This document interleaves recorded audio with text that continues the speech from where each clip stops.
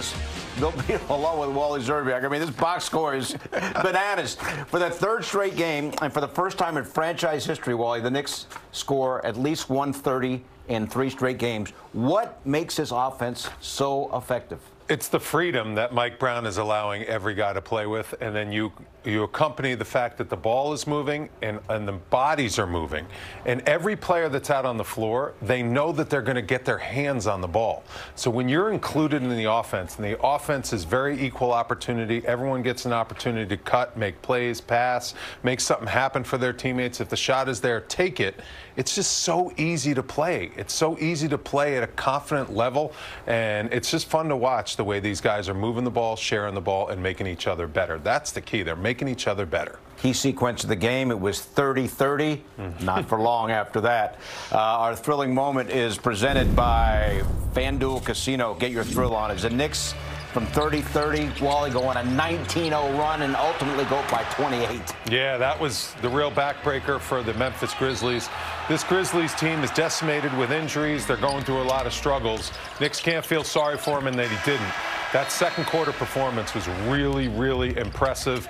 Guys coming off the bench just ready to play, ready to attack. All my coaches used to tell me, be the attacking team. When you attack, you put the defense on their heels. You get the benefit of the doubt from the officials. And tonight, the Knicks just did not let go of attack mode. And as a result, they came away with another really good win. Grizzlies, give them credit. They competed in the second half, but the Knicks walked away with another convincing victory. Memphis cut the 28-point deficit to 10, but the Knicks were able to prevail again. 3-point field goal. Wally. The team record for makes is 24. Knicks made 22. Previous team record for attempts, 54. They take 55 and 35 more assists. So that's 5 straight games, Wally. The Knicks have had at least 15 made threes and at least 30 assists. Never before have they done that in 5 straight games. They've now done it in 5 straight games. It's the modern day NBA. It's beautiful to watch when you have assembled the talented roster that the Knicks front office has, and then you just let them play. You don't put reins on them. You just let them go. You let them play free. You let them play confident. And the guys, you can tell, everyone, you know, Jalen Brunson, OG Anunoby, Mikal Bridges, it looks like they have an extra pep in their step in this season. Even Karl Anthony Towns. I mean, the minutes aren't adding up, and the guys are just relishing getting the opportunity to play at such a high level. It's just really great to watch, and the consistency that Mike Brown's been talking about, because that's what makes NBA champions. We're starting to see it on a consistent night-to-night basis. And you get the sense when they had to have a basket, who's there? Jalen Brunson. I mentioned he had 32 points, also tied a season high with 10 assists. He's doing a lot with the basketball in terms of distributing. Also had the 32 points, 6 of 9 for Brunson from downtown tonight. And he reminded everyone in the fourth quarter that he still has the clutch gene. And when the Knicks needed a basket, they looked to Jalen Brunson, Mr. Clutch, last year in the NBA. He hasn't had a lot of close games, but this game got a little close in the fourth quarter. I mean, the Memphis Grizzlies went on a run, and then Jalen Brunson came in off the bench, made some big plays, got himself to the free throw line, made a couple huge threes, and that's what great players, superstars, and anchors and captains do. And Jalen relished that opportunity. He didn't like the fact that the game got as close as it did, especially, you know, when they made their run to start that fourth quarter. But at the same time, I think it's kind of good for this team to be tested in crunch time close moments, because when you're coasting, beating teams by 20-30, at times you need to figure out what you are in the last 5 minutes and in crunch time in a basketball game, because it's a totally different scenario. You have to see who's the guy we're going to go to that's going to make our big shots and make the big plays. Obviously, we were reminded it's Jalen Brunson. The ball will be in his hands, and he will be the guy helping close games. All right, Wally, Monica McNutt joins us. As always, she helped call the game on the radio on ESPN New York. What was going on in the radio booth when Memphis got within 10? Be honest, Monica. This isn't happening, right? This isn't actually going to happen. But you know what? One stat that did stand out to me when we got to that point was the Knicks had 6 turnovers for the game, which was terrific going into the fourth quarter. They had allowed 0 points off of said turnovers. You looked up, it was 10 turnovers, and they'd given up 6 points off of the 4 turnovers in the course of that run, and the ball game actually getting tight. And so it was like, all right, this isn't going to happen, is it? Not at home. It's really not going to happen, is it? And sure enough, they were able to respond. Monica, another excellent game for the bench. You look at the bench scoring, Josh Hart with 8, 9 from Deuce, and Jordan Clarkson for the 4th time in 5 games had double figures with 13. Yeah, we actually had a chance to talk with Jordan Clarkson in our post-game interview, and I asked him just that. You know, it's a tale of 2 months so far in this young season, having the opportunity now to double his production from the month of October.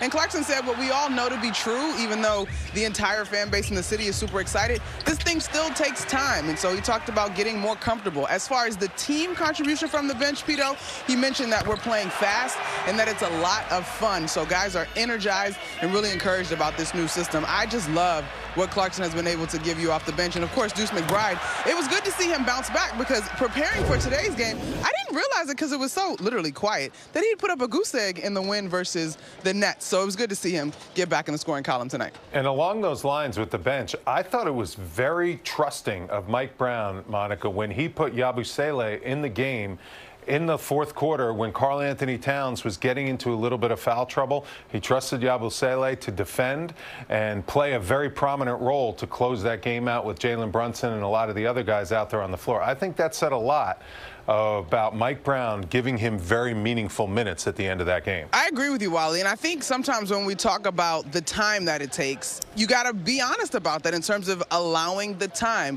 Gershon Yabusele is still certainly figuring out his way with this team and where he best fits, but these were certainly meaningful minutes tonight, and you can see that the effort is there.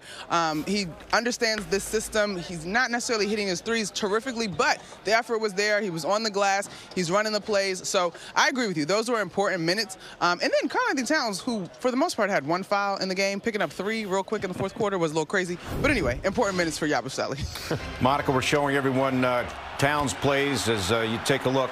He's got a double-double in every game but one. Tonight he went for 21 and 13. And, you know, I called for it, Pito, early in the ball game because it was like, all right, we just watched you show Claxton and Clowney that they didn't necessarily have the strength, or Sarr that he didn't necessarily have the strength. I wanted to see him take Jock Landale and Santi Aldama, like see if those guys are actually going to be able to defend you. So when he started getting to the paint and really taking advantage of his size and the various tools in his tool bag, so to speak, I thought it was great because this year, so far, early, I think he's embraced a level of physicality that folks maybe clamored about last year and didn't see consistently, but I like what I'm seeing to start the season. 3 steals, 2 blocks, too, for Karl Anthony Towns. Monica, I don't care what we say about sometimes his defense. He was on it on the defensive end of the floor.